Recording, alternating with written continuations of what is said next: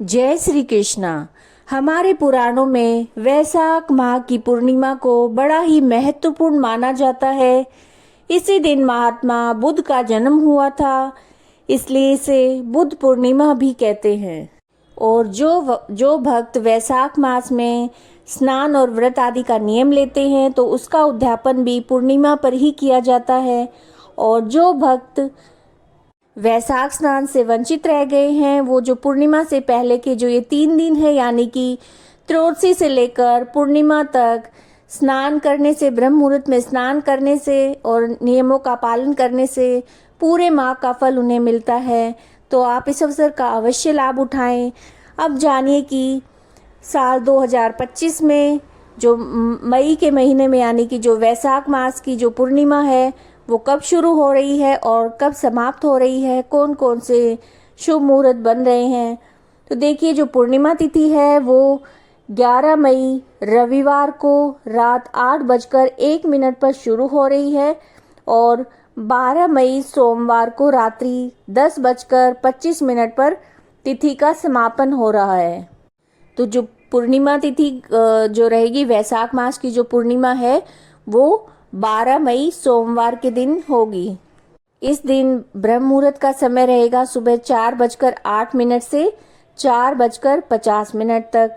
और इस दिन सूर्योदय का जो समय है वो रहेगा 5:37 और इस दिन सूर्यास्त होगा 6:59 पर। और इस दिन जो चंद्रोदय का विशेष महत्व होता है पूर्णिमा पर। तो जो चंद्रोदय का समय है वो 6:57 है। इस दिन अभिजीत मुहूर्त रहेगा दोपहर 11:51 से 12:45 तक। और विजय मुहूर्त का समय रहेगा 2:33 से 3:27 तक। इस दिन पूजा का जो शुभ मुहूर्त है वो शाम के समय 7:03 से 8:06 तक रहेगा। और इस दिन राहु काल का समय रहेगा सुबह 7:30 से 9 बजे तक।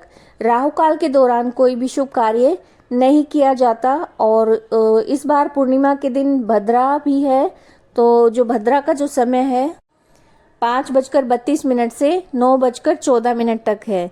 लेकिन जो भद्रा लग रही है, तो भद्रा का जो वास है वो पाताल लोक है। और जब पाताल लोक वास होता है तो धरती पर उसका कोई भी बुरा असर नहीं पड़ता, तो इसलिए इस पर विचार करने की आवश्यकता नहीं है।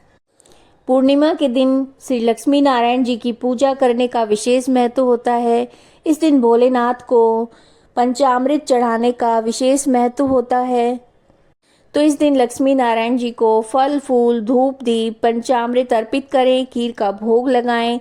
और सत्यनारायण भगवान की कथा करने का इस दिन बड़ा ही विशेष महत्व होता है।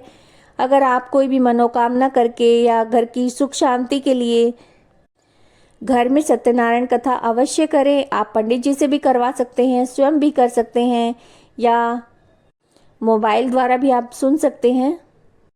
घर में सत्यनारायण कथा का होना बड़ा ही शुभ माना जाता है। ऐसा करने से घर में सुख समृद्धि का वास होता है, सभी प्रकार की मनोकामनाएं पूरी होती हैं। इस दिन रात्रि में चंद्रमा को अर्घ्य देना भी बहुत ही शुभ माना गया है, तो अर्घ्य अवश्य दें।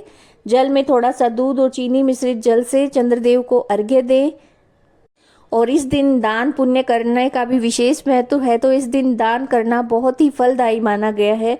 अन्न का दान आप कर सकते हैं, जल का दान, मटका, जूता, छाता, ऐसी चीज़ों का दान आप कर सकते हैं। मंदिर में इस दिन सीधा जो खाने की जो सामग्री है उसका दान आप कर सकते हैं। अगर आपको वीडियो उपयोगी लगी है, अच्छी लगी है, तो लाइक कीजिएगा, शेयर कीजिएगा और चैनल को सब्सक्राइब कीजिएगा। जय श्री कृष्णा।